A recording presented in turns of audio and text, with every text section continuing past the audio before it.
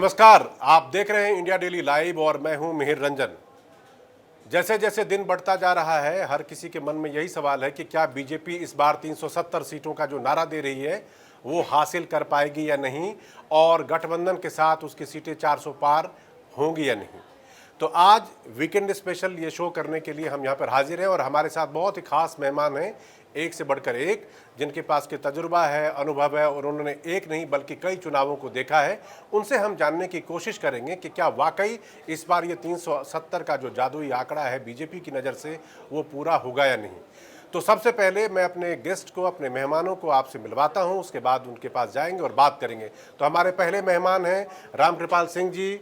रामकृपाल जी वरिष्ठ पत्रकार हैं, कई बड़े संस्थानों में संपादक रहे और उनके पास राजनीति के बारे में समझ लीजिए वो इंसाइक्लोपीडिया है। आप कोई भी जानकारी किसी भी देश के किसी भी हिस्से के बारे में उनसे पूछिए, सब कुछ मिलेगा। हमारे अगले मेहमान हैं प्रेम कुमार जी, राजनीतिक विश्लेषक हैं।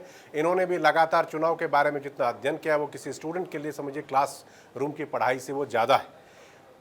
उसके बाद बारी आती है हमारे अगले मेहमान की, अवधेश कुमार जी। अवधेश कुमार जी को आप अक्सर लगातार अलग अलग चैनलों पर, अलग अलग प्लेटफॉर्म पर देखते होंगे, ये चुनाव के बारे में बताते हैं और इनका भी संपादकीय ज्ञान जो है वो किसी से कम नहीं, बहुत ही ज़्यादा है। इसीलिए आज हमारे शो में ये भी अपना तजुर्बा, अपना अनुभव और चुनाव के बारे में आगे क्या कुछ होने वाला है ये बताएंगे।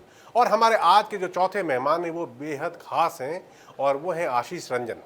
आशीष यंग हैं, युवा हैं, लेकिन इनके पास आंकड़े हैं और आंकड़ों के आधार पर ये एक विश्लेषण करेंगे और बताएंगे कि जो कुछ भी ये कह रहे हैं वो कितना साइंटिफिक है, नंबर्स क्या कह रहे हैं, पिछले चुनाव के आंकड़े क्या कह रहे हैं। तो ये हमारे मेहमानों की लिस्ट थी और हमारा आज का टॉपिक, हमारा आज का मुद्दा है कि क्या बीजेपी 370 का आंकड़ा हासिल कर पाएगी और उसके गठबंधन की सीटों की संख्या 400 पार होगी। तो रामकृपाल जी, मैं पहला सवाल आपसे करना चाहता हूँ कि ये 370 सीटों का जो आंकड़ा है, इसको हासिल करने के लिए बीजेपी को पिछली बार का जो परफॉर्मेंस था 303, उसमें 67 सीटें और जोड़नी होगी। हम पहले उन्हीं तरफ जाते हैं जहां पर बीजेपी के पिछले साल का परफॉर्मेंस, और 4 राज्यों के बारे में पहले बात करते हैं। सबसे ज़्यादा देश में उत्तर प्रदेश की सीटें हैं 80। उत्तर प्रदेश के बाद हम बिहार चलेंगे, महाराष्ट्र भी जाएंगे और राजस्थान भी। उत्तर प्रदेश में जब पिछली बार चुनाव हुए थे तो बीजेपी 16 सीटें कम रह गई थी और वो सीटें जो है मैं बताना चाहूँगा, 5 सीटें समाजवादी पार्टी के खाते में जो थे, मैनपुरी, संभल, रामपुर, आजमगढ़, मुरादाबाद। मैं पहले इन्हीं 5 सीटों के बारे में जानना चाहता हूँ, क्या इस बार के चुनाव में आपको लगता है कि समाजवादी पार्टी इन 5 सीटों के साथ साथ और सीटें हासिल करेगी, बीजेपी को रोकेगी 80 के 80 हासिल करने में? देखिए मिहिर जी, मैं हमेशा एक चीज़ से संख्या बताने से मैं हमेशा परहेज करता हूँ, लेकिन बीजेपी चूँकि सत्ता में है और वो चुनाव लड़ रही है, तो उस विद्यार्थी की तरह है जो 100 में 100 का लक्ष्य मान करके डिक्लेयर करके चलता है। अगर उसका 90 भी आ जाए तो वो बड़ा खुश होता है कि चलो हो गया। वो भी जानता है कि 100 से ज़्यादा तो नहीं आएंगे, लेकिन लक्ष्य अगर वो 100 का नहीं रखेगा तो फिर हो सकता है कि 90 से भी नीचे आ जाए। तो मैं मानता हूँ कि ये पॉलिटिकल एक तरह का राजनीतिक, आप कह सकते हैं कि वो कंपल्सन है कि आप बड़े नारे दीजिए। अगर मिल गया तो आप कहेंगे देखो मैंने कहा था, और नहीं मिला तो कम से कम इतना तो गुंजाइश रहे कि सत्ता में दोबारा आ जाए। तो कहने का मतलब है कि 370 जो संख्या बताई जा रही है, जी, आप इसे एक बड़ा टारगेट बता रहे हैं। बिल्कुल बिल्कुल बिल्कुल, जरूरी नहीं कि उससे नीचे भी आ जाए। हाँ बिल्कुल सही है, ये मैं कह रहा हूँ। अब जरा उत्तर प्रदेश की बात बताऊँ मैं। ओवरऑल मैं एक बात कहूँगा कि उत्तर प्रदेश में बीजेपी 2014 से लेकर के आज 24 में सबसे कंफर्टेबल पोजीशन में इस बार बीजेपी है उत्तर प्रदेश में। कहिए क्यों? देखिए 2014 में किसी को कुछ पता नहीं था और वहाँ पर समाजवादी पार्टी की सरकार मतलब रही अखिलेश जी, तो एक बहुत बड़ा चैलेंज उनके सामने था क्योंकि कोई नहीं जानता था कि क्या होगा। लेकिन 14 के बाद जब 19 का चुनाव हुआ तो उत्तर प्रदेश में सबसे बड़ा प्रयोग दोहराया गया जो काशी और मुलायम ने किया था, याद है आपको ना?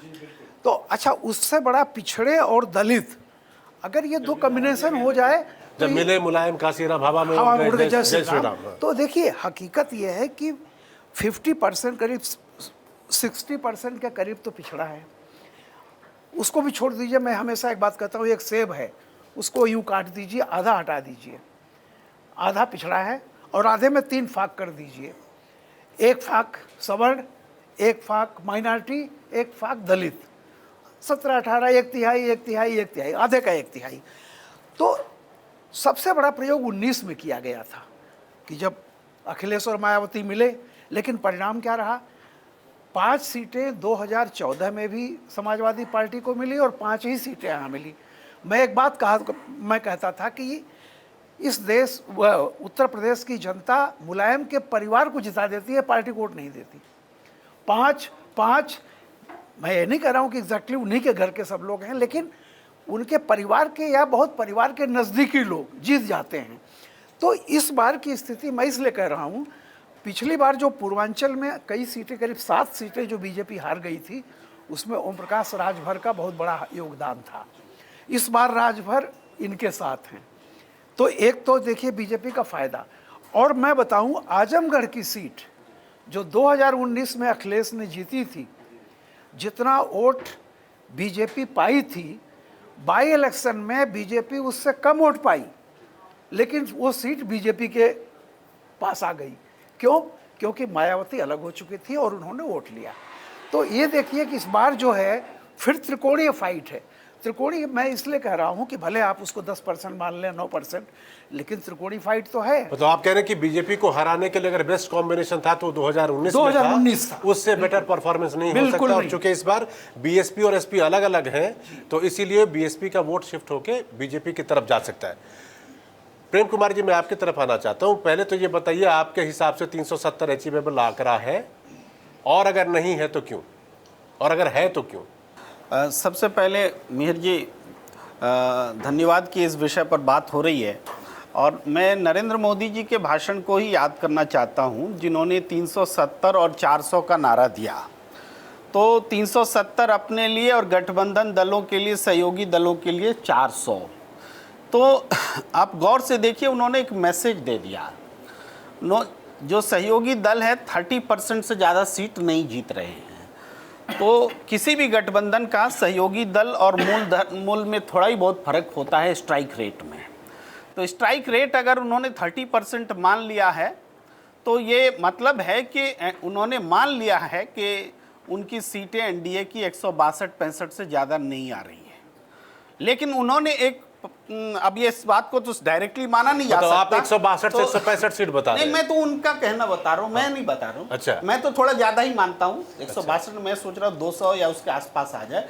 नरेंद्र मोदी जी मान रहे हैं बीजेपी नहीं, पूरे एनडीए का, पूरे एनडीए को आप 200 सीट दे रहे हैं। और एक राहुल जी ने कहा है कि बीजेपी 180 सीट से ज़्यादा नहीं पा सकती, जबकि उन्हीं के पार्टी के ये क्या नाम उनका है, पवन खेड़ा ने 200 का फिगर दी है बीजेपी के लिए। उनका शब्द बीजेपी के लिए कि बीजेपी 180 सीट से ज़्यादा नहीं पा सकती। तो मैं इस बात को तो बोल रहा हूँ, हो सकता है 200 प्लस भी हो, लेकिन नरेंद्र मोदी जी ने स्वयं अपने एनडीए का स्ट्राइक रेट कम बताया। मॉरल बूस्टअप के लिए उन्होंने 370 और 400 रखा। ये एक बात जो मुझे दिखती है अंडरलाइन, वो मैंने बताई। दूसरी बात है कि जो उत्तर प्रदेश के संदर्भ में हम लोग बात कर रहे हैं, उत्तर प्रदेश में पिछली बार जब एसपी और बीएसपी का गठबंधन हुआ था, बीएसपी बहुत स्ट्रांग थी, उसके वोट बैंक्स बहुत अक्षुण्ण थे। लेकिन उसके बाद के विधानसभा चुनाव में जब आज की तारीख में उन नतीजों के परिप्रेक्ष्य में देखें तो बीएसपी का वोट बैंक बहुत कम है, एमएलए में भी उनके नहीं है। तो इस तरीके से आज बीएसपी बहुत कम है। अब आप कहेंगे कि कांग्रेस की ताकत कागज में बिल्कुल नहीं है, लेकिन कांग्रेस ने जो पूरे देश के स्तर पर जो भारत जोड़ो यात्रा और तमाम चीज़ों के बाद में एक चुंबकत्व अपने में हासिल किया है, जिस वजह से क्षेत्रीय पार्टियां उनके साथ जुड़ना चाहती हैं। उन्होंने एक वोट बैंक को, खोया हुआ वोट बैंक जोड़ा है। वो क्षेत्रीय पार्टियां कांग्रेस के साथ जुड़ रही हैं या धक्का मार के नीचे कर रही है, ये तो बताइए। अगर जुड़ भी रही हैं तो अपने फायदे के लिए जुड़ना चाहती हैं। अच्छा। लगता है कि कांग्रेस से जुड़ने से उनको फायदा है, हो सकता है कांग्रेस की सीटें छीन ले, कांग्रेस का भी। इसका मतलब आप कह रहे हैं कि क्षेत्रीय पार्टियां अपने फायदे के लिए कांग्रेस के साथ जुड़ रही है, कांग्रेस का इस्तेमाल कर रही है। वो पॉलिटिकल अलायंसेस एक दूसरे का इस्तेमाल करने के लिए ही होते। और अभी जो हमने दिल्ली में देखा कि जिस दिल्ली के मंच पर केजरीवाल जी को शराब घोटाले में बचाने के लिए सारी पार्टियां जमा हुई, उसमें सोनिया गांधी भी बैठी हुई थी, कांग्रेस के बड़े लीडर थे, और ये वही पार्टी थी जिसने केजरीवाल के खिलाफ शराब घोटाले में सबसे पहले शिकायत की थी। तो इसका मतलब क्या हुआ? इस्तेमाल कर रहे हैं दूसरी पार्टी और ये सोचते समझते हुए अपने आप को इस्तेमाल करने के लिए दे रही है। देखिए, गठबंधन में आना एक ज़रूरत है, म्यूचुअल फायदा होता है तो गठबंधन में आते हैं। और जो इंडिया रैली हुई दिल्ली में जिसकी आप चर्चा कर रहे हैं, वो अरविंद केजरीवाल के जेल जाने और हेमंत सोरेन के जेल जाने की पृष्ठभूमि में एक साझा संघर्ष के लिए हुआ। साझा संघर्ष करना, आंदोलन करना एक अलग चीज़ है, अलायंस एक अलग चीज़ है। तो वो इस हिसाब से हम ये करते हैं, कांग्रेस ने जरूर शराब घोटाले के मुद्दे को उठाया था, लेकिन चुनाव आचार संहिता लागू रहते हुए किसी मुख्यमंत्री को जेल भेजने का सवाल लोकतंत्र का सवाल होता है। और इस समय सारी पार्टियां अगर एकजुट हुई हैं तो ये सिर्फ चुनावी एकजुटता नहीं है, डेमोक्रेसी के लिए एकजुटता का प्रश्न है। इसलिए हम इसको यहाँ इस रूप में देखते हैं। ठीक है, प्रेम जी आपके पास वापिस आएंगे, जरा अवधेश जी से पहले जान लेते हैं। प्रेम जी जो कुछ भी कह रहे हो उससे आप सहमत हैं? देखिए, प्रेम जी का प्रेम तो अब देश जानता है कि कहाँ उभरता है और उस प्रेम से क्या क्या निकलता है, और जो निकला है वो हम सब लोगों ने सुन लिया, कैसा प्रेम गीत है। तो लेकिन मेरा कहना है कि ये इतने सीनियर पत्रकार हैं, आंकड़ा देते समय जरा 4 जून का भी ध्यान रखना चाहिए कि 4 जून को भी 200 कहा है इन्होंने, अधिक से अधिक 4 जून बढ़ाकर कहा, ये नहीं बढ़ा के कर 4 जून को भी इनको यहाँ रहना है। 4 जून को भी और फिर 4 जून को उत्तर देने में फिर हालांकि ये तर्क ढूंढ लेंगे। जैसे आपने इराक के युद्ध में जब इराक लगातार हार रहा था तो वहां का सूचना मंत्री खड़ा होकर आता था कि पश्चिमी मीडिया हमारे खिलाफ है, और 3-4 दिन में अगर आपको याद है, और फिर जब हार गया तो कहां छिप गया और उसके मीम्स बनने लगे थे। तो इसलिए हम लोगों को देखिए परिस्थिति देखनी होती है चुनाव में कि क्या देश की परिस्थिति 2014-2019 से इतनी बदल गई है कि देश के लोग नरेंद्र मोदी के नेतृत्व वाली सरकार को 303 से 200 या 150 तक पहुंचा देंगे, या क्या देश में ऐसी परिस्थिति पैदा हो गई है सरकार के विरुद्ध और विपक्ष इतना अपना विश्वास कायम कर दिया है लोगों में कि विपक्ष को लेकर सत्ता सौंप देंगे, और क्या विपक्ष मिलकर के भी इतनी सीटें लाने की हैसियत में है जो इस समय है। क्योंकि INDIA गठबंधन राष्ट्रीय स्तर पर नहीं है, ये पहले ध्यान, NDA नेशनल लेवल पर है, INDIA कुछ राज्यों का गठबंधन है, और उसमें भी आप देखेंगे तो केवल एकमात्र राज्य है तमिलनाडु जहां वो अक्षुण्ण है, बाकी जगह INDIA टूटी फूटी INDIA। महाराष्ट्र में शिवसेना 2 भागों में बट चुकी है, महाराष्ट्र में RCP राष्ट्रवादी कांग्रेस पार्टी बच चुकी है, बिहार में नीतीश कुमार निकल चुके हैं। तो इसलिए वो परिस्थितियां देखिए ना, 2 चीजें चुनाव में क्या होती है, परिस्थिति होती है, गठजोड़ होता है कि आप जो गठजोड़ करते हैं, जिसको 2 शब्द आते थे पहले हम लोग जब करते थे सेफोलॉजी, तो opposition index, opposition unity index होता था कि विपक्ष की एकता का सूचकांक क्या है। अब तो विपक्ष की एकता का सूचकांक देखेंगे तो 24-25 से ज्यादा नहीं है, और सत्ता एकता सूचकांक जब हम देखते हैं तो ये 65-70 के पास जा रहा है उसके हिसाब से। तो परिस्थिति इस समय क्या है, परिस्थिति यह है कि देश कई मायनों में बदल चुका है। 22 जनवरी को अयोध्या में रामलला की प्राण प्रतिष्ठा ने इस देश में लंबे समय के लिए एक स्थिर अस्थायी विभाजक रेखा कायम किया है, जो चुनाव में बड़ी भूमिका निभा रहा है।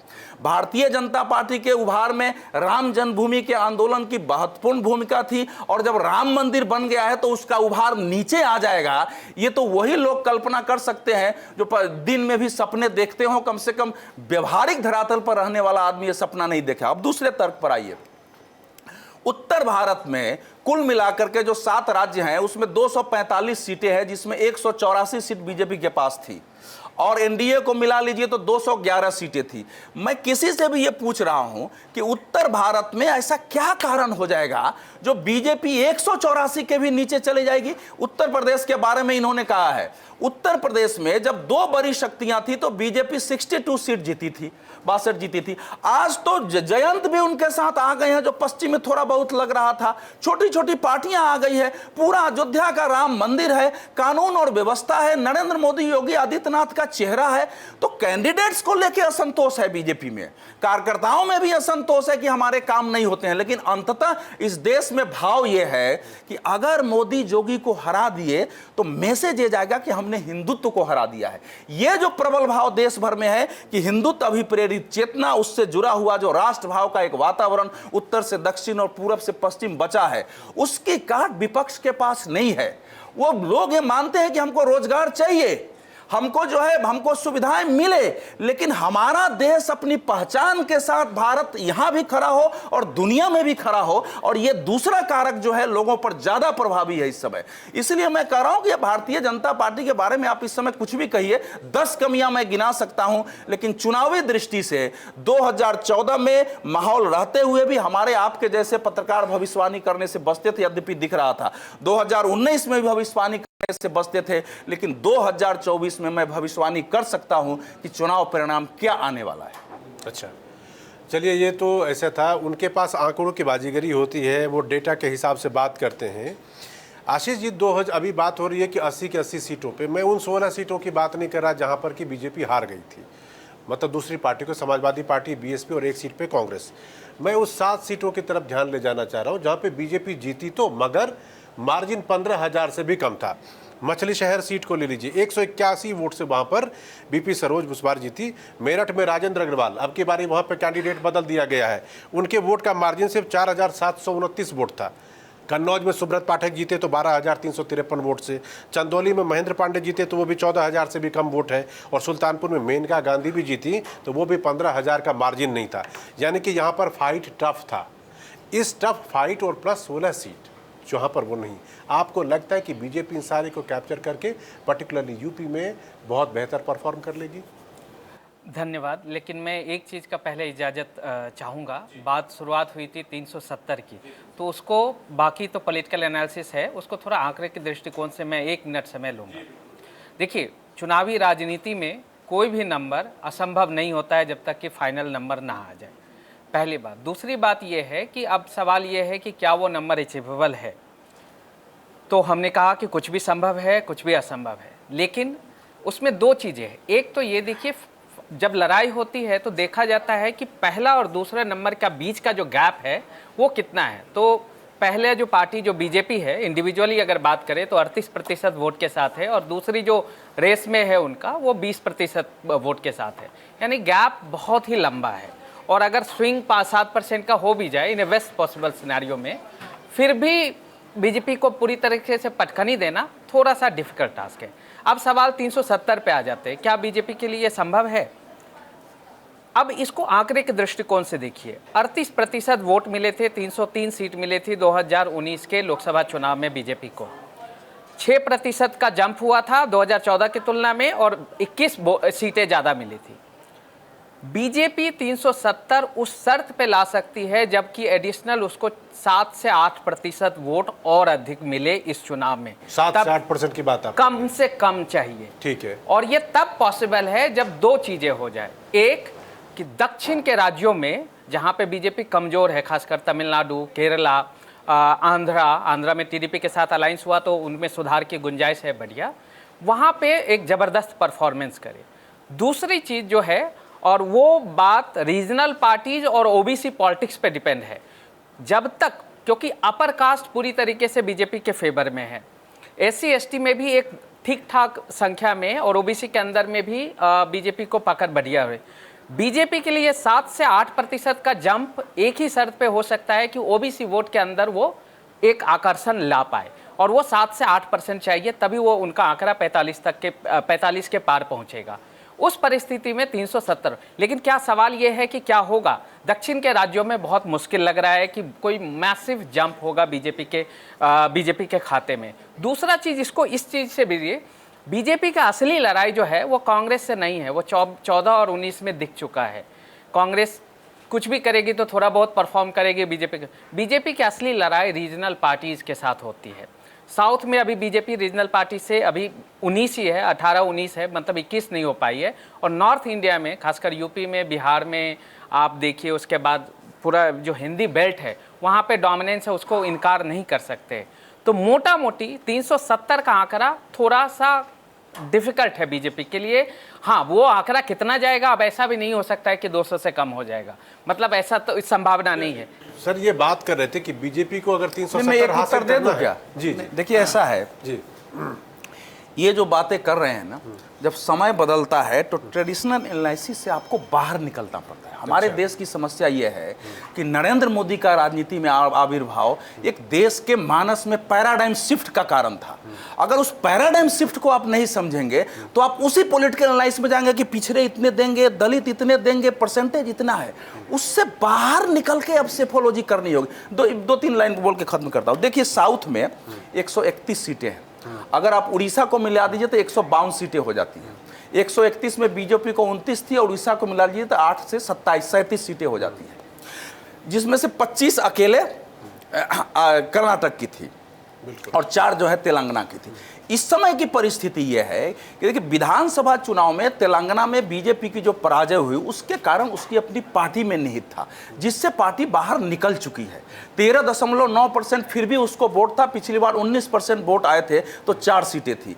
तेलंगाना में जो माहौल है उसमें बीजेपी की सीटें बढ़ रही है। वहां से जो तमिलनाडु के दृश्य आ रहे हैं, देखिए तमिलनाडु में राम मंदिर के बाद आप जो मछुआरों ने निकल करके जिस ढंग से भव्य जुलूस निकाले हैं, दिवालियां मनाई है, और मोदी जिस ढंग से, नरेंद्र मोदी जिस ढंग से मंदिरों में गए हैं और वहां का माहौल बदला है। चेन्नई में आप देखिए इतनी बड़ी भीड़ इकट्ठी हो रही है, तो तमिलनाडु का अंडर करंट बदला है। मैं नहीं कहता हूं कि बीजेपी बिल्कुल सफल हो जाएगी, लेकिन तमिलनाडु में संभावना जगी है, आंध्र प्रदेश में संभावना जगी है और केरल में संभावना जग रही है। सुनते फिर जितनी बातें हो रही हैं, 2-3 बात उन्होंने अच्छी उठाई थी। एक उन्होंने ये कहा, खैर उस पर मैं बाद में आता हूँ, पहले मेरा एक सवाल है, सब बीजेपी की सीटें गिर रहे हैं, विपक्ष वाले भी बीजेपी की सीटें बता रहे हैं। मैं एक सवाल करता हूँ कि विपक्ष अपनी सीटें क्यों नहीं बता रहा है? तो जितनी विपक्ष लाएगा उसके बाद जो बचेगी वो बीजेपी की होगी। तो जरा विपक्ष की सीटें गिन लीजिए ना। हम नहीं समझते कि राहुल जी कहते हैं 180 आएगी, अपना पवन खेड़ा कहते हैं 200 ला रहे हैं। कभी आपने सुना कि विपक्ष इंडिया अलायंस क्या क्लेम कर रहा है, कितनी सीटें लाएगा? अब मैं बता रहा हूं 2019 की बात। देखिए, केंद्र में एक बात मैं बार बार कहता हूं, केंद्र में 5 साल की कोई भी सरकार देने के लिए 2 बुनियादी शर्तें हैं। पहली शर्त, या तो प्रधानमंत्री कांग्रेस का हो या बीजेपी का हो। अगर नहीं है तो 5 साल के केंद्र में सरकार नहीं चल सकती है। मैं आपको बता दूं, 6 प्रधानमंत्री इस देश में हुए हैं, गैर भाजपाई, गैर कांग्रेसी, और वो 6 प्रधानमंत्री मिलकर 6.5 साल चले हैं। मोरारजी देसाई 2.5 साल, चौधरी चरण सिंह 7 महीने, बीपी सिंह 11 महीना, देवगौड़ा 11 महीना, IK गुजराल 11 महीना, चंद्रशेखर 7 महीना। मेरा कहने का ये है, कोई अलायंस आप बनाइए, एक छतरी तो आप बनाएंगे ना जिसके नीचे लोग इकट्ठा हों। वो छतरी सिर्फ कांग्रेस हो सकती है, सबसे बड़ी पार्टी अपोजिशन की है। तो आप कहना चाहते हैं कि अभी कांग्रेस में 6 नहीं, अब आप सुनिए, कांग्रेस की हालत सुन लीजिए। 2019 में कांग्रेस 52 सीटें पाई थी, इसका भी जरा गणित देख लीजिए। 3 स्टेट, केरल, तमिलनाडु और पंजाब, इन तीनों में 38 सीटों पर कांग्रेस लड़ी थी, 31 सीट जीती थी। अब सुनिए, बाकी 382 में से, जिसमें बिहार, बंगाल, महाराष्ट्र, उत्तर प्रदेश सब आते हैं, ये में 4, कुल 21 सीट आई थी। तो 31 और 21 तक जाके 52 हुए थे। अब इस बार देख लीजिए, राहुल जी उस दिन घोषणा पत्र के बाद कहते थे कि प्रधानमंत्री तो इंडिया अलायंस तय करेगा। चलिए, हमने मान लिया। अब जरा इंडिया अलायंस के तहत कांग्रेस की स्थिति देख लीजिए। मैं कांग्रेस की अकेले की बात नहीं कर रहा हूँ, इंडिया अलायंस के तहत। इंडिया अलायंस के तहत बंगाल में कांग्रेस को कुछ नहीं है, अपने आप लड़े भले। इंडिया अलायंस के तहत बिहार में 9, 17 यूपी में, 17 महाराष्ट्र में, 17 दूना 34, 9 43, 3 अगर दिल्ली की जोड़ लीजिए 46। ये टोटल सीटें हैं 230। 230 में से 46 कांग्रेस लड़ रही है, जिसको छतरी बनना था। अगर 50% विनेबिलिटी मान लें तो 23 सीट। अगर मैं 50% की विनेबिलिटी मान लूँ, जो कि पिछली बार नहीं रही है, ईमानदारी से, यूपी में 50% सीटें कांग्रेस जीत जाएगी, आई डाउट। बिहार में कितना? तो मैं ये कह रहा हूँ कि दूसरों की, बीजेपी की बात बहुत करने की, पहले अपना देख लीजिए कि आप कहाँ जाके इकट्ठा हो रहे हैं। और कांग्रेस की स्थिति यह है ईमानदारी से, रीजनल पार्टीज जान रही हैं कि 2024 में बीजेपी सत्ता में आ रही है, इसलिए वे सेंटर की लड़ाई न लड़ करके वे अगले विधानसभा की लड़ाई लड़ रही हैं। लालू जी को सब कुछ मंजूर है, कन्हैया कुमार और पप्पू यादव नहीं मंजूर हैं।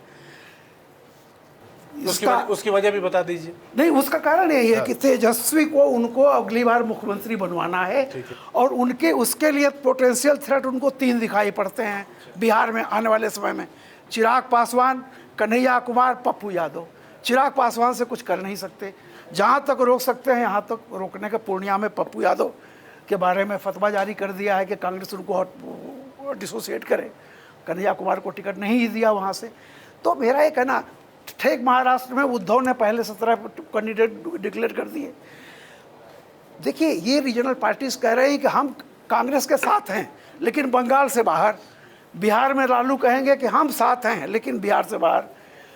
अखिलेश कहेंगे हम साथ देंगे लेकिन यूपी के बाहर। उद्धव कहेंगे हम साथ देंगे लेकिन महाराष्ट्र से बाहर। ये कौन सी लड़ाई हो रही है? तो मेरा कहना है कि ये टोटल जोड़ लीजिए कि इंडिया अलायंस कितनी सीटें अपने बूते पा रहा है, जो वो पा रहा है उसमें से माइनस कर दीजिए, बाकी बीजेपी का है। प्रेम कुमार जी, यहाँ पर ये सवाल, अगला सवाल आपकी तरफ जाता है। रामकृपाल जी जो कह रहे हैं उसी का अगला एक्सटेंशन है। कांग्रेस किस चीज़ की लड़ाई लड़ रही है? क्या वो लोकसभा चुनाव में सरकार बनाने की लड़ाई लड़ रही है? क्या कांग्रेस अपने प्रदर्शन जो है वो पिछली बार के मुकाबले 2, 4, 5, 10 सीट बढ़ाने के लिए लड़ रही है? या कांग्रेस अपने वजूद की लड़ाई लड़ रही है? या कांग्रेस अपने साथ जो क्षेत्रीय पार्टियों का जो गठबंधन करके किसी तरह अपने आप को जिंदा करने की कोशिश कर रही है, उसकी लड़ाई लड़ रही है? किस चीज़ की लड़ाई लड़ रही है कांग्रेस? देखिए मिहिर जी, आपके प्रश्न से आता हूँ क्योंकि बाकी तो बहुत सारे हस्तक्षेप बन रहे थे, लेकिन कांग्रेस इंडिया गठबंधन के रूप में मोदी सरकार को सत्ता से बाहर करने और वैकल्पिक सरकार देने की लड़ाई लड़ रही है। बहुत इसका जवाब भी देना पड़ेगा हमें, केवल भाषण देने से तो नहीं चलेगा, तर्क भी देने पड़ेंगे। आप देखिए, राजस्थान में इस बार 15 से 16 सीटें कांग्रेस जीत रही है। आप नोट कर लीजिए। अब जी नोट करिए, 15 से 16 सीटें कह रहे हैं। हाँ। कर्नाटक 20 सीटें बीजेपी से छीन रही है। आप नोट कर लीजिए। 15-20 कितना होता है? 35। हिमाचल और उत्तराखंड में 2-2 सीटें जोड़ लीजिए आप, 35, 4, 40 सीटें आपको सीधे 3-4 स्टेट में दिखा रहे। बिहार में आप एनडीए से 20 सीटें छीन रहा है इंडिया गठबंधन निश्चित तौर पर। प्रेम कुमार जी, बिहार का आपने जिक्र किया। प्रेम कुमार जी सुनिए ना, आपको मैं और वक्त दूंगा। आपने बिहार का चूंकि नाम लिया, आजकल पिछले 3-4 दिनों से लगातार तेजस्वी यादव के वीडियो आते हैं और उनके साथ दिखाई कौन देते हैं? मुकेश सहनी। कांग्रेस का कोई लीडर क्यों नहीं दिखता? दोनों तो गठबंधन में है। मछली खाते हुए जो उनके वीडियो आए और फिर संतरा दिखा रहे हैं, कांग्रेस का कोई लीडर तेजस्वी यादव के साथ क्यों नहीं दिखता बिहार में? देखिए, फिलहाल जो रणनीति दिख रही है, हेलीकॉप्टर रणनीति, उसका जो प्रतिफल है वो मिल रहा है इंडिया गठबंधन को। तो हो सकता है कुछ समय बाद एक दूसरी रणनीति के साथ वो दिखे। कैसे दिख रहा है सो देखिए। बिहार में उस मसले को देखने का नजरिया अलग है, बिहार से बाहर हम लोग दिल्ली में देखे वो नजरिया बिहार का नजरिया समझाइए। बिहार के भीतर मछुआरों के बीच जाइए, मछुआरे कह रहे हैं कि अब हमारा मछली खाने पर भी प्रतिबंध होगा। क्या मछुआरा मछली भी नहीं खाएगा क्या? ये इमोशंस मछुआरों के बीच में सीधे गया है। बाकी कौन सोचता, छोड़िए। तो सावन में मटन का क्या सीन है? ये चीजें, इस पर तो सफाई उपाई आ चुकी है, हम क्या बोले। लेकिन सावन में सावन नहीं, अभी तो नवरात्र चल रहा है। पहले की बात, मटन तो सावन का था ना, और मछली नवरात्रों का है। हाँ, ठीक है, आपका प्रश्न ठीक है, लेकिन इस देश में अगर मटन और वेज और नॉन वेज पर ही चुनाव करा ले, फिर चुनाव तो प्याज पे भी हुआ, फैसला हो जाएगा किसकी सरकार बनेगी। वेज और नॉन वेज पर हो जाए तो ये खाने पर चुनाव अगर होगा सावन और नवरात्र पर, तो इस देश में आज भी बड़े बड़े लोगों को मैं जानता हूं, टीवी चैनल में वेश बदल करके आते हैं, लेकिन सावन हो या नवरात्रा जा करके मटन खाते हैं। मैं जानता हूं, पर्सनली जानता हूं। इसलिए इन बातों को रहने दीजिए कि कौन पर्दे के पीछे खाता है, कौन नहीं खाता है। ये मुद्दा बनता है तो बना देना फिर ये बात। लेकिन ये थोड़ा लंबा खिंच जा रहा है ये एपिसोड। ये बहुत ज़्यादा विचार के ख्याल से नहीं है। मैं आता हूं कि वो ये संख्या मैंने तो 60 गिना दी, 60 सीटें तो सीधे छीन रहे हैं इसमें। उत्तर प्रदेश का नज़ारा जो बारीक है वो आप देख ही नहीं रहे हैं। बारीक नज़ारा जो है, आज बीएसपी कमज़ोर है और कांग्रेस के नेतृत्व में एसपी जो का गठबंधन स्ट्रांग है। और ओम प्रकाश राजभर जी का बहुत महत्वपूर्ण इन्होंने बताया, रामकृपाल जी ने, ओम प्रकाश राजभर की हालत आज क्या है वो देख लीजिए। आज उन पूरे पूर्वी प्रदेश में जहां पर कि पिछली बार बीजेपी का अच्छा प्रदर्शन रहा था, गाजीपुर, घोसी, तमाम चीजों में, क्षेत्रों में, इस बार प्रदर्शन पलटने जा रहा है। इसलिए यूपी का भी आंकड़ा बदलेगा। यूपी में 6-6.5% का वोट ज्यादा आया था बीजेपी को, लेकिन एसपी बीएसपी का गठबंधन था कि सीटें बढ़ी नहीं, घट गई। और इस बार भी वोट तो बीजेपी के घट रहे हैं, जगह जगह बोल रहे हैं कि सवर्ण लोग बीजेपी के साथ हैं। 2019 में यूपी में बीजेपी को 49% वोट मिले थे। मैं कह रहा हूँ 6.5% बढ़े थे, तो कह रहा हूँ मैं फिगर बता रहा हूँ। 49 वोट अकेले बीजेपी, अकेले में, लेकिन सीटें घटी थी। इस फैक्ट को लीजिए, सीटें घटी थी वोट बढ़ने के बाद भी। और इस बार तो वोट भी घटने जा रहे हैं। देश का पूरा राजपूत समाज खिलाफ में खड़ा है, चुनौती दे रहा है, और आप कह रहे हैं कि सवर्ण बीजेपी के साथ है, खुलेआम विरोध कर रहा है। तो वोट आपका राजपूत का भी घट रहा है, ओबीसी का कभी इंटैक्ट वोट किसी पार्टी को पड़ा नहीं कि इस बार हम कहें कि 50% वोट जो है इंटैक्ट बीजेपी को मिल जाएगा। ओबीसी बढ़ता है, इस बार भी बढ़ेगा। बाकी सीटें जो है एससी, मुस्लिम्स और सबका यूनिफिकेशन एक अलग किस्म से हो रहा है, सिर्फ यूपी नहीं पूरे देश में।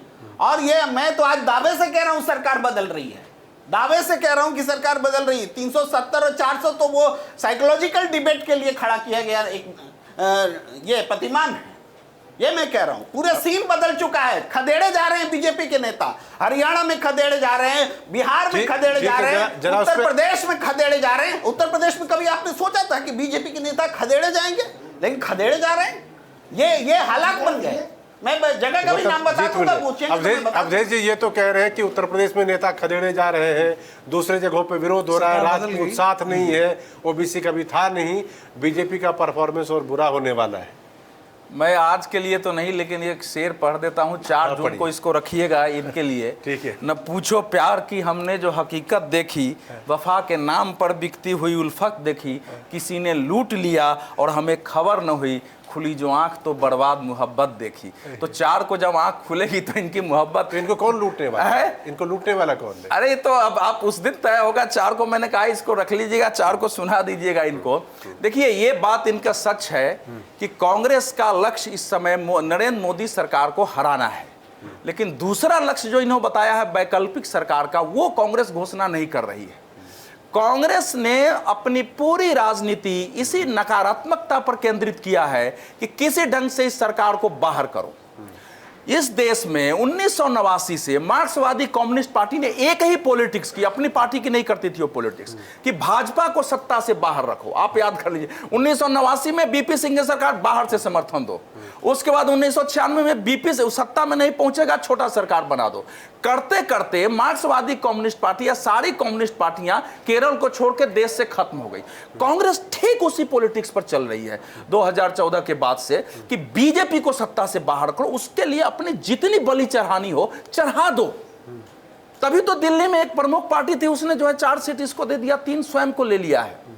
अब जहां भी जाएंगे कांग्रेस इस पॉलिटिक्स में इस समय चल रही है। यही उत्तर प्रदेश में जो बता रहे थे, उत्तर प्रदेश में यही कांग्रेस ने किया, 126 पर मान गई उत्तर प्रदेश से, कांग्रेस 1996 के बाद खत्म हो गई है। तो कांग्रेस की ये जो पॉलिटिक्स है इस देश में, निगेटिव पॉलिटिक्स, उसको देश एक्सेप्ट नहीं करेगा। राहुल जी देखिए, राजनीति में हम किसी के विरोधी होते हैं, आक्रामक विरोधी होते हैं। हम लोग जो है, मैं पत्रकारिता के साथ साथ एक एक्टिविस्ट रहा हूं, लेकिन किसी के प्रति जीवन में इतना घृणा और नफरत नहीं पालता हूं कि उस पर इतना हो जब राहुल जी को नरेंद्र मोदी के नाम से ही इतना नफरत हो रहा है कि पता नहीं क्या क्या बोल जाते हैं, देश में आग लग जाएगी, आया तो फलाना चिलाना, तो वो करते रहे, तो उसमें चुनाव नहीं जीता जाता। कांग्रेस की रणनीति क्या है?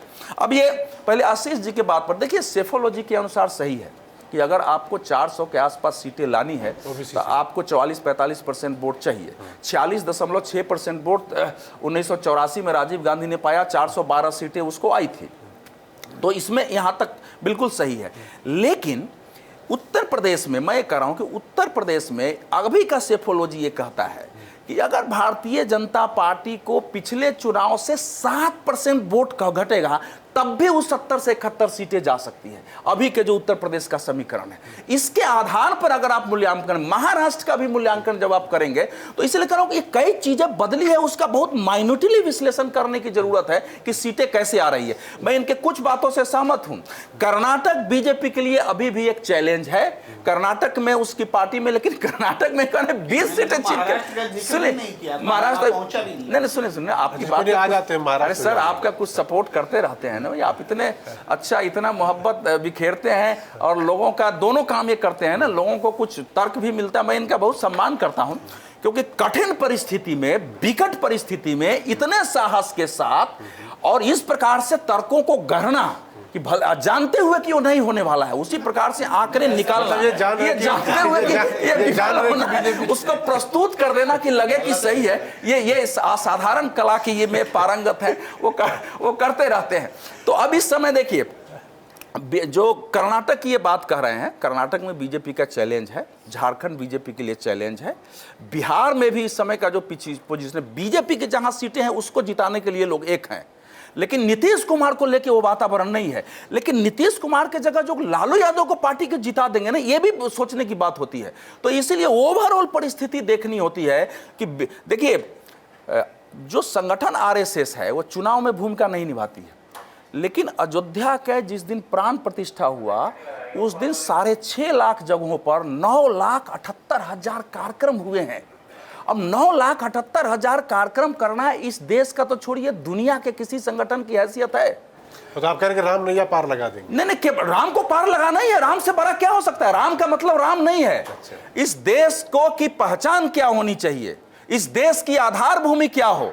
ये जो अभी जाकर के बहुत दिनों बाद जो इनको ज्ञान हुआ है, संजय निरुपम को जो उन्होंने कहा कि भाई नेहरू जी का जो सेकुलरिज्म था वो धर्म विरोधी सेकुलरिज्म था जिसको कम्युनिस्टों ने आगे बढ़ाया है, वो सही बोल रहे थे, तो उससे देश बाहर निकला। मैं बार बार कह रहा हूं कि इस पैराडाइम शिफ्ट को खत्म करने के लिए, इस मानस को खत्म करने के लिए कांग्रेस के पास कोई, किसी पार्टी के पास तर्क नहीं है। एक कह रहा है सनातन को खत्म करो, अब उसके विरुद्ध जो देश में प्रतिक्रियाएं हो रही, स्वयं तमिलनाडु में जो प्रतिक्रियाएं हैं, देखिए ऐसे कोई सनातन को खत्म करने के लिए बार बार नहीं बोलता है। जब कोई ताकत उभरती है ना, तभी आप उसको खत्म करने के लिए बात बोलते हैं। जो हम मंदिरों में लोगों की संख्या बढ़ी है, तभी तो डीएमके कह रही है कि हम हिंदू धर्मों की यात्राओं कराने के लिए पैसे देंगे, बजट में डालेंगे। तो एक बात बताइए, कांग्रेस जो कुछ भी मैसेज अपना देना चाहती है, ऐसा तो नहीं होता कि वो मैसेज लॉस्ट इन ट्रांसलेशन, मतलब कहना कुछ चाहती, मीनिंग कुछ और नहीं। देखिए, जब आदमी गुस्से में होता है ना, जब आपके अंदर नफरत, उससे आप मान लेते हैं कि नरेंद्र मोदी तो हिटलर है, ये तो तानाशाह है, ये आरएसएस बीजेपी वाले तो असभ्य और गंवार है, क्योंकि मैं उस समाज में रहा हूं कि वहां किस प्रकार से देखा जाता रहा है। तो आप संतुलित भाषा नहीं बोलते हैं, आपकी नीति संतुलित नहीं होती है। अब आप देखिए ना, गुजरात का कोई जिला नहीं होगा जहां आधा से ज्यादा कांग्रेस के लोग छोड़ के बीजेपी में नहीं चले गए हैं। मध्य प्रदेश की हालत यही है कि हर जिले में आपके रिपोर्टर बताते होंगे, लोगों की लाइन लगी हुई है जाने की। ये परिस्थिति क्यों पैदा हुई है? तो यही कह रहा हूं कि इस समय जो चुनाव का माहौल है, विपक्ष नरेंद्र मोदी को मुद्दों पर घेर सकता था, लेकिन विपक्ष की समस्या यह है कि न वो मुद्दों की पहचान कर पाया है, न देश में बदले हुए मानसिकता की पहचान कर पाया है, न सामाजिक समीकरणों की पहचान कर पाया है। अब पिछड़े सबसे ज्यादा वोट बीजेपी को दे रहे हैं। अरे दोनों चुनाव का ये है, विधानसभाओं के ये आता है, कोई कह दे कि पिछड़े वोट नहीं देंगे, क्योंकि पिछड़ों पर अगर किसी ने, मैं कह रहा हूं, किसी ने ठोस काम किया है तो नरेंद्र मोदी सरकार ने किया है, क्योंकि पिछड़ा आयोग बना दिया यूपी ने, लेकिन उसको संवैधानिक दर्जा देके अधिकार देने का काम इस सरकार ने किया। ऐसे बहुत सारे काम है। मैं आशीष जी के पास आने से पहले रामकृपाल जी के पास आना चाहता हूं, आप कुछ कहना चाह रहे हैं? नहीं, मैं जब ये बात कर रहा था, 2 बातें मैं भूल गया था जिसका जिक्र किया, तो मैं बता दूं। एक तो हमें ये नहीं भूलना चाहिए कि 2019 के बाद कौन कौन से ऐसे काम हुए हैं जो 2019 से पहले नहीं थे, यानी कौन से नए काम हैं जिनके बाद ये पहली बार हुए हैं जो चुनाव होने जा रहा है।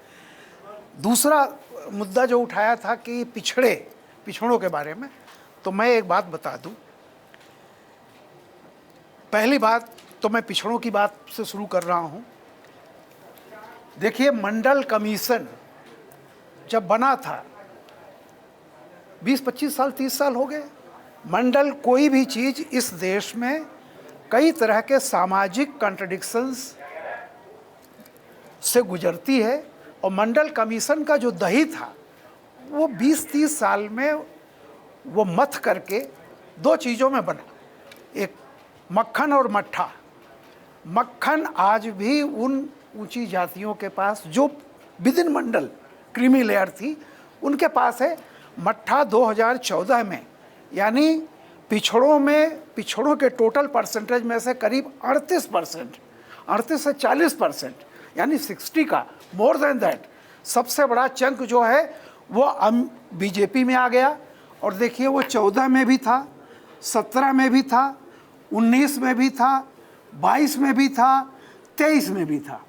आप मध्य प्रदेश जहाँ का भी उठा के देख लें, लगातार इस इलेक्शन में पिछड़ा वर्ग जो है वो उसका बहुत बड़ा चंक, बहुत बड़ी गठरी वो बीजेपी के साथ है, मोदी के साथ है।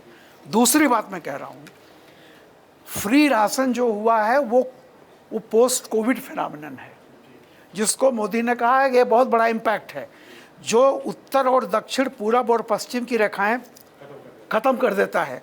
और एक बात हमेशा समझ लीजिए, कास्ट रहती है लेकिन बहुत सारे इशूज जब आते हैं तो वो क्लास में कन्वर्ट होती है। आज आप ओल्ड पेंशन की बात करते हैं, जब सब उनकी इकट्ठा होता है तो कास्ट होती है क्या? That become a class.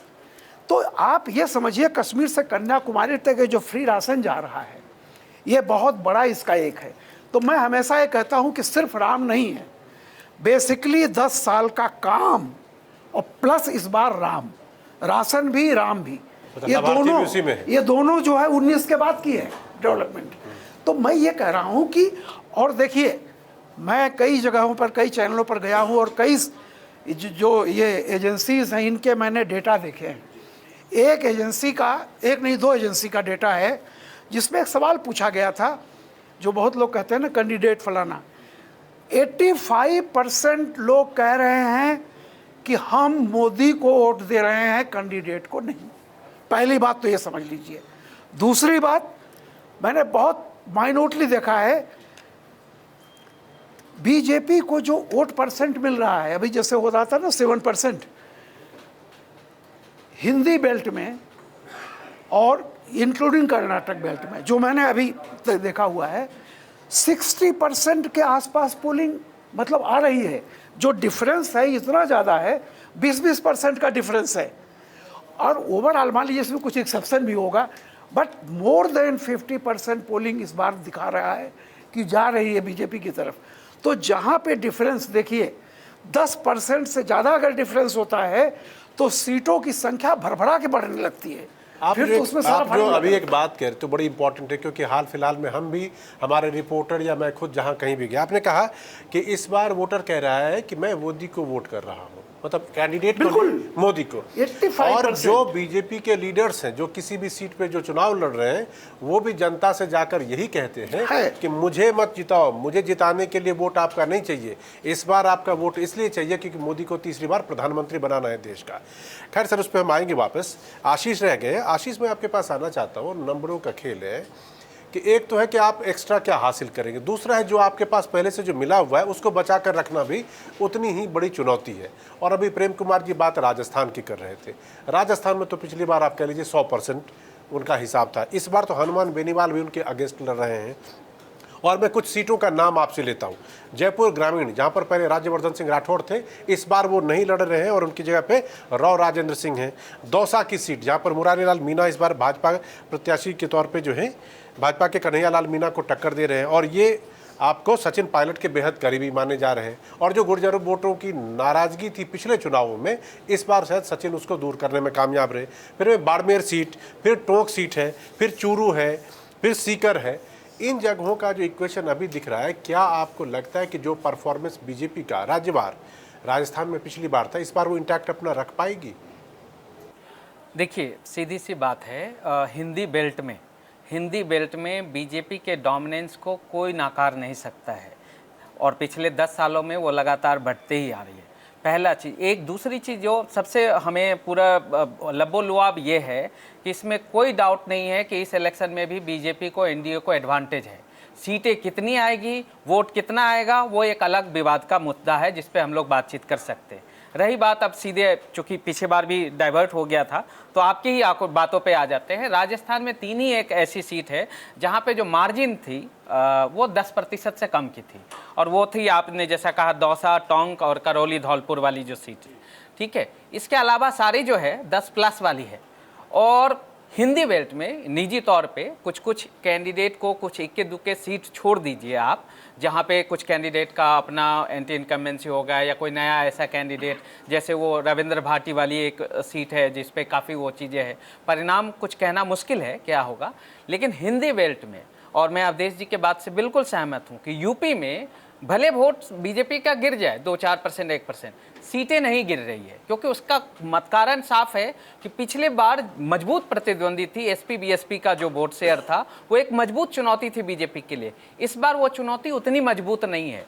ठीक उसी तरीके से बिहार सब जानते ही हैं, थोड़ा इक्के दुक्के चीज़ें हो सकती है नुकसान, लेकिन जो बड़ा चैलेंज है बीजेपी के लिए वो ये है कि चाहे वो राजस्थान हो, चाहे मध्य प्रदेश हो, चाहे गुजरात हो, यहाँ वोट अगर वो मैसिवली जंप भी कर लें, सीट तो कुछ मैसिवली जंप होना नहीं है, क्योंकि 25 में से 25 उनके पास है, 26 में से 26 उनके पास है, 29 में से 28 उनके पास है। तो सीट जो थोड़ा बहुत 2-4-10 बढ़ सकती है वो सिर्फ यूपी में बढ़ सकती है, बिहार में भी 39 है। तो अब राजस्थान में जो बात हुई थी कि 1-2-4 सीट बढ़ने के साथ साथ जो पहले से हासिल है उसको इंटैक्ट रखने की भी, बिल्कुल। देखिए पूरे देश में 41 ऐसी सीट है जहां पे बीजेपी लेस देन 5% वोट से 19 में लड़ी। 41 पूरा सभी पार्टियों को मिला के 97 है ऐसे सीट, लेकिन सिर्फ बीजेपी को देखे तो 41 ऐसी सीट है जहां 5% से, तो यानी जितना सारा खेल है, अगर अपोजिशन कुछ कर सकती है वहाँ पे, ठीक है। हमें याद रखना चाहिए कि जैसे 21 सीटें बढ़ी थी बीजेपी की, दरअसल वो कई सारे तकरीबन 40 सीटें जीती थी, कुछ सीटें वो पीछे बार जो जीती थी वो हारी भी थी। तो ये गेम होते रहता है, अपोजिशन उस 41 सीटों में कैसे बीजेपी को वो कर सकती है, और बीजेपी नई सीट जो तमिलनाडु की बात हो रही है या कुछ बंगाल की बात हो रही है या यूपी में कुछ वो हो रहे, तो वो कितनी नई सीटें गेन कर रही है और कितने वो सीटें खतरा। तो यानी कुल मिला के बीजेपी के पास जो अगर थोड़ा बहुत खतरा भी है तो वो 41 सीटों पे है खतरा, ठीक है। इसके अलावा तो सेफ जोन में ही दिखती है बीजेपी मोटा मोटा। नहीं, विपक्ष का भी तो खतरा होगा, बिल्कुल होगा। विपक्ष भी बिल्कुल जी मुकाबले में प्रेम कुमार जी थोड़े अकेले पड़ जाते हैं, इसलिए इनको थोड़ा एक्स्ट्रा टाइम में नहीं, अकेले भी ये बहुत सशक्त हैं। सशक्त है हाँ, इनका कुमार जी, हम लोगों का भी साथ है इनके साथ ना प्रेम। देखिए टाइम कम पड़ेंगे तो बात हम कम रख सकेंगे। राजस्थान के संदर्भ में मैं संभवतः पहला व्यक्ति हूँ जो किसी भी चैनल में ये बोलता रहा हूँ कि इस बार राजस्थान में सीन पलट रहा है। पहले कोई नहीं यकीन कर रहा था, लेकिन आज बहुत सारे लोग, एजेंसी सब कहने लगे 5-6 सीट जो है। रोकूंगा मैं आपको। राजस्थान में जब इस बार विधानसभा चुनाव हुए थे तो क्या आपने प्रेडिक्ट किया था कि कांग्रेस हार जाएगी वहां पे? नहीं, मैंने नहीं किया था। तो फिर मैंने नतीजा तो कुछ और हाँ, हुआ है। उस तो ठीक है, वो बात है। मैं फिर ये बात आप कई लोगों से भी, दूसरे से भी पूछ सकते हैं। पूछिए ना कि रामकृपाल जी ने प्रेडिक्ट किया था कि बंगाल में बीजेपी हार जाएगी, क्या तेलंगाना में किसी ने प्रेडिक्ट किया था कि कांग्रेस जीत जाएगी?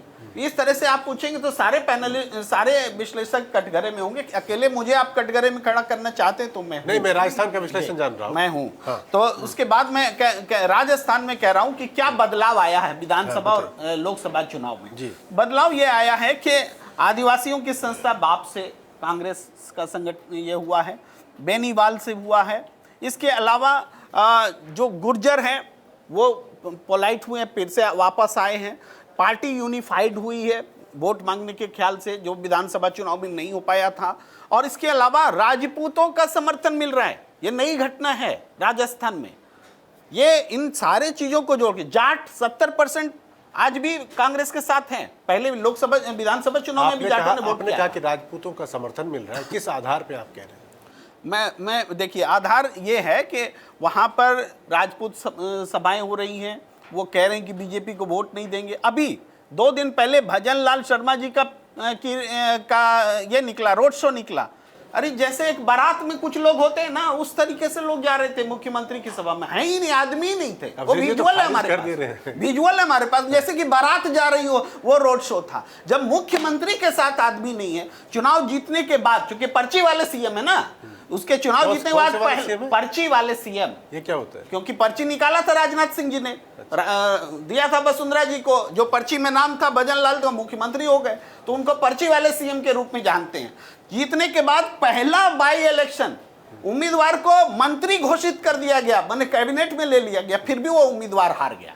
ये बदलाव है। इस बदलाव को मैं ये कर रहा हूं, आप लोकल रिपोर्टर्स को भी खड़ा करके देख लीजिए। आज जो विरोध में बोल रहे थे वो भी कह रहे हैं कि 5-6 सीट कांग्रेस ले जा रही है, और मैं कह रहा हूं 15 सीट ले जा रही है। मैं सीट का नाम भी बता दूंगा कि कौन सीट ले जा रही है। क्योंकि मेरे टच हैं वहाँ, और उस हिसाब से हम लगातार ये करते रहते हैं। तो ये राजस्थान जो है बहुत बड़ा एक स्विंग जो बोलते हैं स्टेट है, उस रूप में सामने आ रहा है, जो बीजेपी का सबसे बड़ा नुकसान राजस्थान में होने जा रहा है। मैं नहीं कह रहा हूं कि मध्य प्रदेश में ऐसा हो रहा है, मैं नहीं कह रहा हूं गुजरात में, लेकिन गुजरात में भी जितना प्रतिरोध बीजेपी को इस बार झेलना पड़ रहा है कि आपकी दो ये सीटें लौटा दी, उम्मीदवार ने कहा कि टिकट चुनाव ही नहीं लड़ेंगे। कांग्रेस की लौटाए तो बात समझ में आती है, इन्होंने यूपी में बीजेपी का लौटा दिया। इन्होंने यूपी में बीजेपी के उम्मीदवार को दौड़ा दिया कि पब्लिक दौड़ा रही है, और राजस्थान में कहा कि मुख्यमंत्री के साथ ही लोग नहीं है। बिल्कुल ऐसी हकीकत विजुअल है में क्या? दिखा सकते हैं नहीं, ऐसा है जी। कि चुनाव के बाद कौन किसको दौड़ाएगा वो अवसर इनको मिलने वाला नहीं है। तो चुनाव के पहले ही जो है वो दौड़ाव पहले ही कर दो, उतना ही। नहीं, एक दो जगह ऐसा नहीं है, मैं इससे सहमत हूँ। गाजीपुर में, गाजियाबाद में 2-3 जगह ऐसी घटनाएं हुई हैं, और इस क्षेत्र में अस्वाभाविक नहीं है, क्योंकि हमारे देश में जो तथाकथित किसान आंदोलन हुए थे उसके जो एलिमेंट्स हैं, हाँ, इसलिए कि वो किसान आंदोलन नहीं थे ना, तो इसलिए वो जो हुआ था, तो उसके लोग हैं वो करते हैं कुछ जगह विरोध। अच्छा, कैंडिडेट्स को लेके मैं फिर कह रहा हूं कि कैंडिडेट्स को लेके बीजेपी के अंदर व्यापक असंतोष है। बिहार में तो बहुत ज्यादा असंतोष है, झारखंड में तो अपने लोग धनबाद में खड़े हैं, उत्तर प्रदेश में असंतोष है, इसको तो मैंने पहले ही कहा है। दूसरा असंतोष है, कार्यकर्ताओं को लगा है कि भाई बीजेपी की सरकार में हमारी ही पूछ नहीं होती है, कहते ये सारे असंतोष है। लेकिन जो मूल तत्व है जिसके आधार पर वोट हो रहा है उसको हम बार बार देखिए। राजस्थान का जहां तक सवाल है, मैं इनसे सहमत हूं कि राजपूत समाज के अंदर इस समय एक गुस्सा है, उनके अंदर 2 भाग में धारे बट रहे हैं, दोनों अपने अपने तरीके से प्रदर्शन कर रहे हैं, मनाया भी जा रहा है। एक बीजेपी के नेता ने जो बयान दिया था उसको गलत संदर्भों में आया, वो 5 बार माफी भी मांग चुके हैं, लेकिन थोड़ा जो है ना, थोड़ा पेशेंस रखना चाहिए। अब पेशेंस रखना चाहिए। बीजेपी को 370 सीटें मिलेंगी या नहीं मिलेंगी, कितनी क्लोज, कितने उससे आगे तक वो जाने वाली है, इसके लिए हम सबको इंतजार करना पड़ेगा 4 जून का। और 4 जून से पहले हम ऐसे ही वीकेंड पर मिलेंगे और आपके साथ इसी तरह की चर्चा लेकर हाजिर होते रहेंगे। तो आज के लिए शो में बस इतना ही। देश और दुनिया की बाकी खबरों के लिए आप देखते रहिए इंडिया डेली लाइव।